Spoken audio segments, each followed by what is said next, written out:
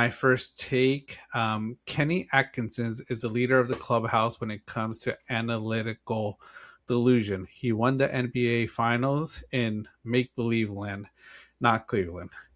Oof. Yeah, what the Cleveland Cavaliers did, because he's Cleveland, right? If I'm not mistaken. Yes, head coach, Cleveland Cavs. Cleveland Cav. Yeah, and I can even elaborate a little bit before Mm-hmm. your judgment here, John. And Kenny Atkinson, clear leader in the clubhouse when it comes to delusion. He basically said, if you look at the stats and what could have been, if we would have made our threes a little bit better, our 2-point shots a little bit better, we could have been up 3-2 in this series. So, big, I guess, big time analytics guy. But for him to kind of go off of random stats and like, oh, if I would have made that, if you would just shut the hell up, Kenny, you would not, probably be a hot take right now.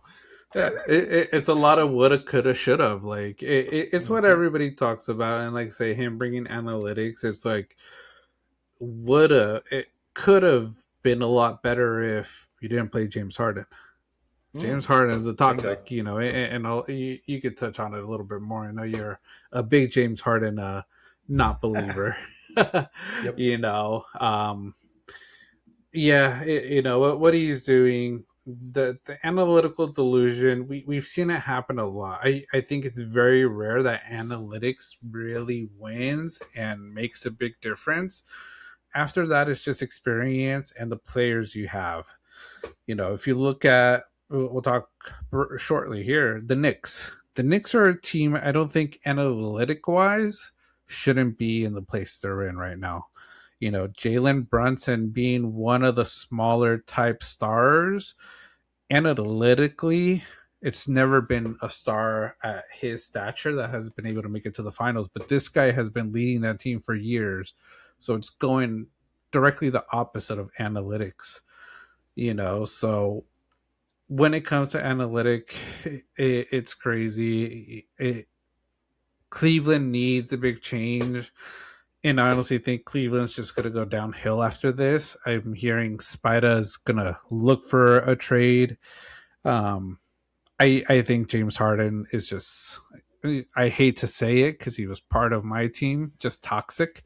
Because what he did to a team that probably could have taken on the Knicks after their double overtime loss, they just sucked. Like, they just could not compete. Losing by multiple points, getting blown out to where starters probably aren't even playing in the fourth quarter. Like, it is insane. And, you could say, like, it's the player's fault, but no, it starts with the coach. Coach always has to take the blame. Kenny Atkins is the guy that should be blamed. Why he's still remaining the Cavs coach with this embarrassing sweep, I don't know. But it's also, I know the Cleveland owner is also probably a little delusional. Yeah, I think just a little bit. He clearly benefited from having LeBron for as long as he did. And I'm not even a huge LeBron fan, but I think anybody in their right mind can kind of say, like, yeah, the Cavs clearly benefited from having him. And I think that there's a ton of backlash so far as around the league or even just Cavs fans with the decision to keep Atkinson, despite, this playoff trip coming up empty handed. He has all the right elements with this roster, and then pairing all of this, you have James Harden, who playoff Harden can't get shit done. He's awful in the playoffs. Like he's just straight garbage. I said this a couple of weeks ago. I've been saying this for years now, even before this podcast.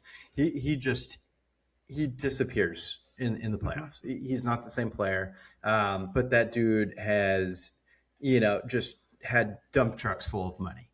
So, good for him. I think at this point in his career, like, what does he care, about the rings, go for the money instead. And he said, though, genuinely, I do feel like we are the better team. And it's like, you're just hanging around Kenny too much, because it's like you have this guy analytically telling you that you should have been up in the series. Yeah, of course you're going to start to believe it. So I don't know. There's a lot going on in Cleveland that isn't good. And then you bring up a great point with Spida Mitchell. What are we going to do with him? Are they going to try to turn and resign him? If they are, he's Mm-hmm. going to be due an astronomical amount of money. He's a player who kind of disappeared a bit, in these games. Mm-hmm. Played decently, but again, coming up short. He's not clearly couldn't be enough to carry this team. Yeah. Um, and hey, but he's a guy that I think is due big money. So I don't know what they're going to do with him. Obviously, they already made their decision on Kenny Atkinson. If they're going to maybe go hand in hand and just keep Mitchell at this point, maybe that's something to Mm-hmm. do. Maybe request a trade, tries to get out of there, seeks other employment. With another team that might be a little bit more competitive, or maybe a team that will win the real deal, not Mm-hmm. analytically. Yeah. We'll see. Yeah. And maybe they're keeping Kenny because LeBron's going there. Hmm. LeBron with his Yeah. farewell tour, going back to Cleveland to a coach that he was with to win one. Is LeBron the missing factor for the Cleveland Cavaliers? I don't think so, but can be a difference maker. You have to still give it up to LeBron. Can be a difference maker. James Harden stats in the 4 games against the Knicks. Game one, 15 points, 5 for 16, 3 assists. Game two, 18 points, 2 assists, 6 for 15. Game three, 19 points, 8 for 15, 1 for 7 from three, 5 assists. In game four, 12 points, 2 for 8, 0 for 6 from three with 2 assists. That's just horrible numbers that he turtled and disappeared. Yep. Yeah. Straight up disappeared. Um, yeah. I don't know if any possible elements will do anything for the Cavs to kind of get them over the edge here, because yeah, they're in just a world of hurt. And if you have a Mm-hmm. leader that's basically just going off of straight analytics, why would you want a guy like that to Mm-hmm. analytically join your team? Because that's not going to be great unless you're just Yeah. counting like rim outs, or hey, so close on a lot of those. Dang, Yeah. that would have gone in practice. Yeah. Yeah, no, it's just downright horrendous, and quite frankly, I think it's really embarrassing that you have a coach that is talking about analytics in this sense. I think analytics in a big Mm-hmm. sense these days is pretty overrated. That might be a Mm-hmm. hot take in it of itself around a lot of leagues. And I don't care what sport you're talking about, baseball, football, basketball. Mm-hmm. I think analytics are awfully overrated these days. Yeah. Look at Dan Campbell with the Lions. Mm-hmm. He bases everything off of analytics. If he would have just gone for field goals against the 49ers, probably would have beat us. But he Yeah. didn't. And he went for four. He went on fourth numerous times. Didn't work out. They had control of that game, blew it. Kenny Atkinson looks like a complete fool talking about, analytically, I think we've won. I said three out of these series would have been up Mm-hmm. 3-2, 3-1. And it's like, dude, like you're just pulling it out of your ass. You just seem like a complete sore loser. And it's like, Yeah. dude, just because it didn't go right in your head doesn't mean that, it's going to work out. So, Hmm. I don't know, man. I don't know the direction of that franchise. They got some good bigs too, but I feel like James Harden's a kryptonite as well. He I'll say is. it. I feel like he is. He just disappears. Uh, yeah, and like I say, the you make a great point. And it could be a topic for another day. Analytics is just so overrated. I Mm-hmm. see why they look at it. It does give you good insight, but it's also you talked about it with Dan Campbell. I think we talked about it a lot during the NFL season. It's like these teams that went for it on fourth, and short, 4th and 2, when they're at the 30-yard line. It was like kick a field goal, get 3 points, like because you saw them. I forget if it was the Lions or someone else, but they missed like 3 4th down attempts where they could have gotten the points, and they would have won if they just would have kicked those field goals. So Yep. it's like it's not always analytics, and it's sort of like these people that just say analytics. What system are you using? Are you using ChatGPT? Are you using Gemini?